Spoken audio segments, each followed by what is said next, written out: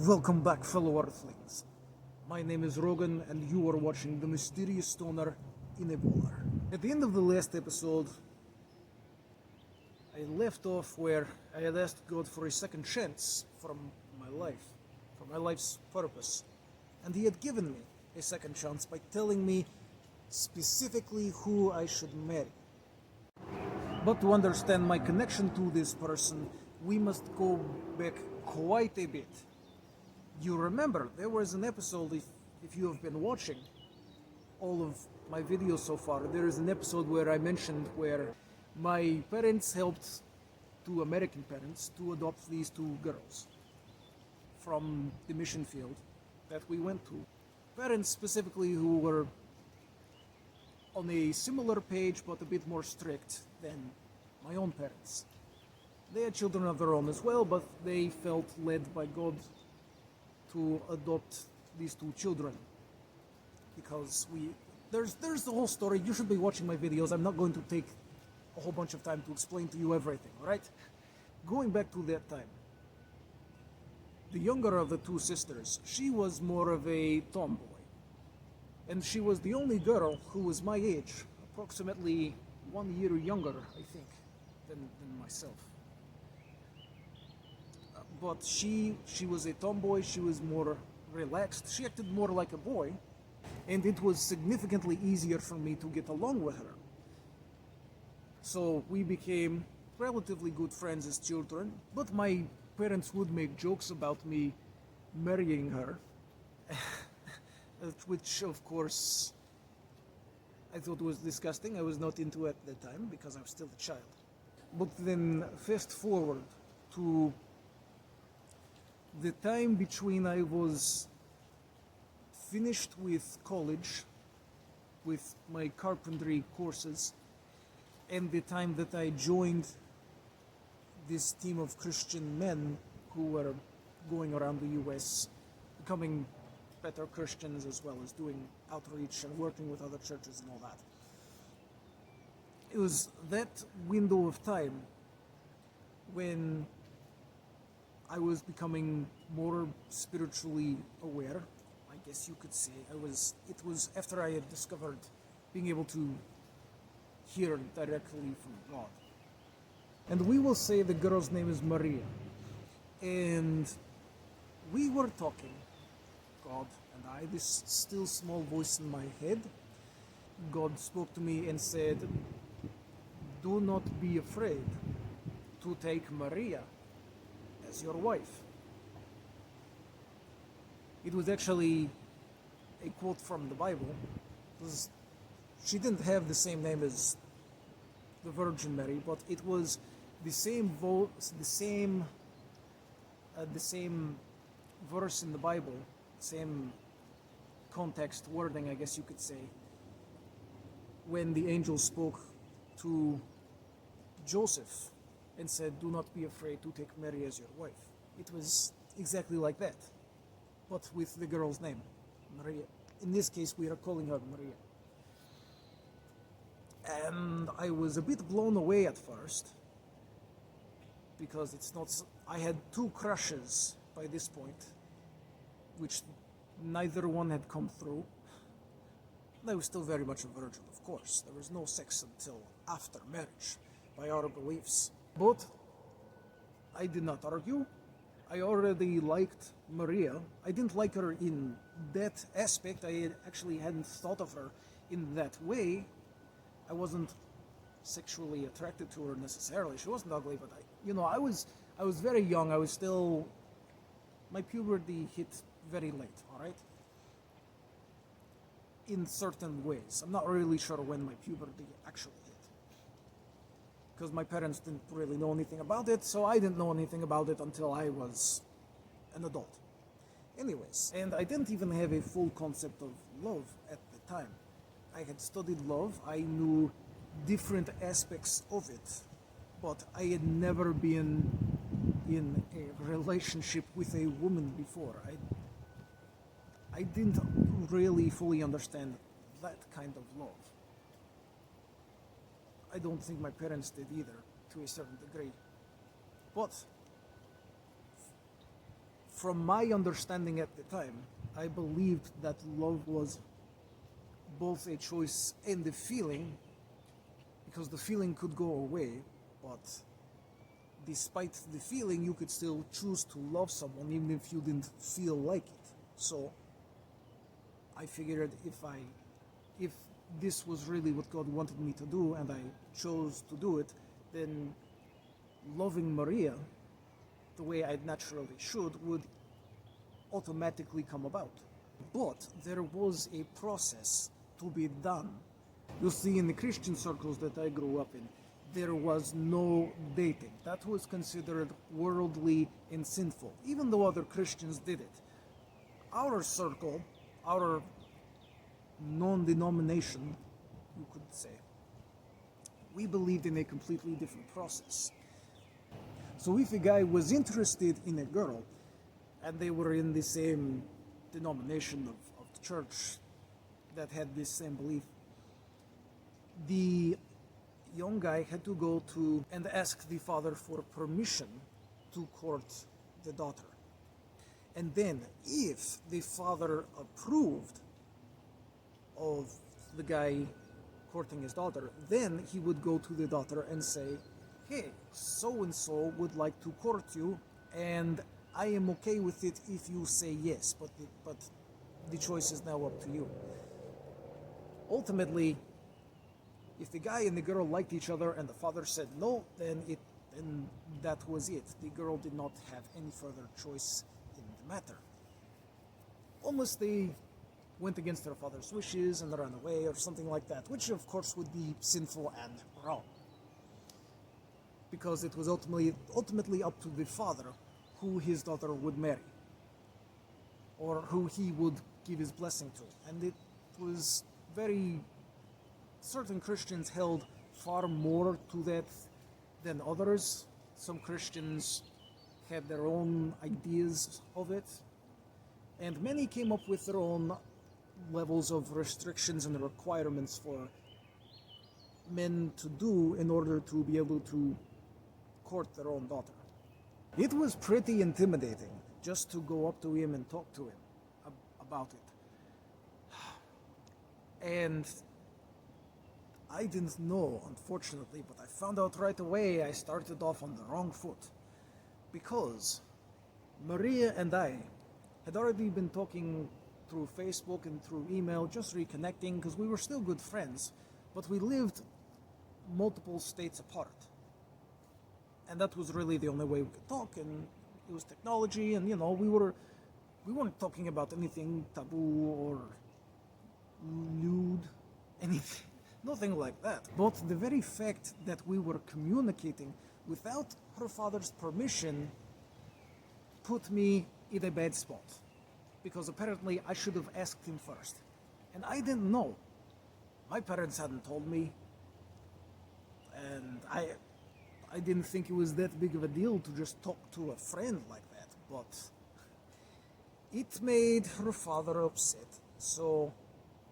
But I wanted to play by his rules. I wanted to do things the right way, because I had a very, very sensitive conscience at the time, and I still do listen to my conscience quite a bit, but I was very, very naive back then. He even straight up asked me if I had ever watched porn, or if I was addicted, and if I was addicted to it.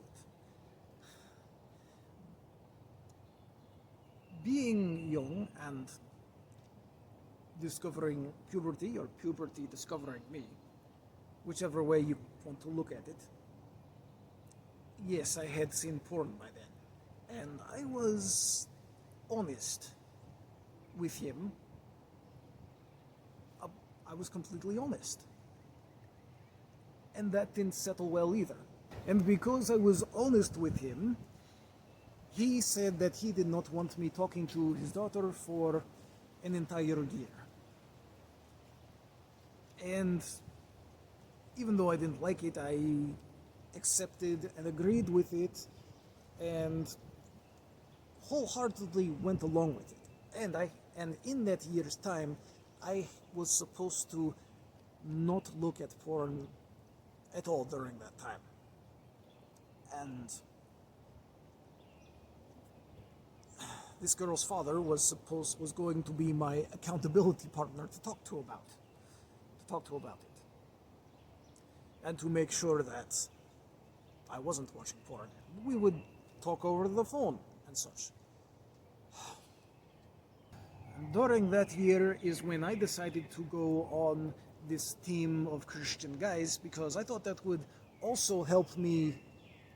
Not just, I wasn't really doing it to impress the girl's father, but I knew that could help, and it would help me become a better Christian ultimately, and be more worthy of his daughter, hopefully.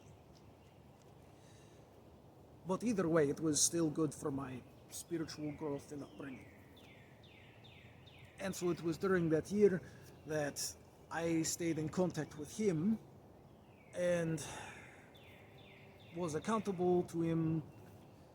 We would talk roughly once every 1 to 2 months or so, maybe a bit longer than that. And physically, I couldn't help myself. I did watch porn during some of that time. It was very rare, but I ended up giving and seeing it anyways. And for some of the time, I was honest with him about having watched porn, and later on, I'm not really. I probably did lie about it. In fact, it's safe to say that I did, but I honestly cannot remember right now whether I did or not. Looking back, I probably wasn't addicted. In fact, most likely I was just starting to finally embrace my puberty and my body changes without really knowing it. Just following the temptations, I guess, and repenting for it afterwards. Don't even get me started on masturbation. So how did this play into joining the Marines? Well, there wasn't any confirmation about getting to Court Maria at this point. And I didn't know if that was going to happen or not, but I was at peace with whatever direction it went. After all, I hadn't been told directly to marry Maria at this point. I was just told to not be afraid to pursue her. So I was going as far as I could in progress with that. But by the end of that year, I was more open-minded, and if God had something different for me, I was willing to go with that or any direction that He wanted me to go in. So when I was told to join the Marine Corps, I gave the love part of my life no counter thoughts or consideration. I went full-blown Marine Corps mode to try and get in. And from the last video, obviously I failed, I didn't get through there, and after coming out and asking for a second chance, then God spoke to me again and told me, it's Maria. I want you to marry Maria. And I went all out on that. Again. Of course, I was still trying to be a good Christian by then. I was watching porn significantly less, to where I didn't really even have to lie about it, if I was. And I got permission to communicate with Maria. Because of the distance that we had, we weren't allowed, we were primarily only allowed to speak through letters. We could write letters to each other. And Otherwise, we couldn't talk to each other. We couldn't use email or Facebook even, because that would be much harder to monitor, I guess, for her father. And yes, he did monitor. He read every letter that was sent to make sure we weren't talking about anything inappropriate or too adult. In addition to all that, I had finally been able to move out of my parents' apartment. I was working regular jobs now, and Salem had also been working, and we combined our resources to rent an apartment together. Talk about some of the best years of my life. I will have to have a video just for some of the stories that took place during that time, because we had some good times. And it just so happened that Maria's best friend was going to a college a couple hours from where Salem and I lived. And Salem ended up dating Maria's best friend. And for a brief time, I was very excited again. My spiritual high was higher than ever, in fact, because if my parents hadn't been missionaries to Maria's country, and if those American parents hadn't adopted Maria and her older sister, and if my parents had not moved to the US after not being able to be missionaries anymore, then there would have been no way I would have been able to court Maria. It seemed like God himself had moved these stars into the perfect line just for us, and that God wanted me to follow this path in order to bring glory to him. And it was a wonderful time. But once again, change was waiting just around the corner. And not just any change. A change that would completely redefine who I was as an individual. And I'm going to have to save that for the next video. This change requires its own video, because it was the most important change in my life. I've never been the same since, and ultimately it is that change that is the cause of why I am even making this channel and telling my story. So I hope you will be there. I would greatly appreciate it. And if you've enjoyed this video or enjoyed my series at all, I hope you will leave a like, share, subscribe if you haven't. Stay safe, keep evolving, and until next time, my friends, farewell.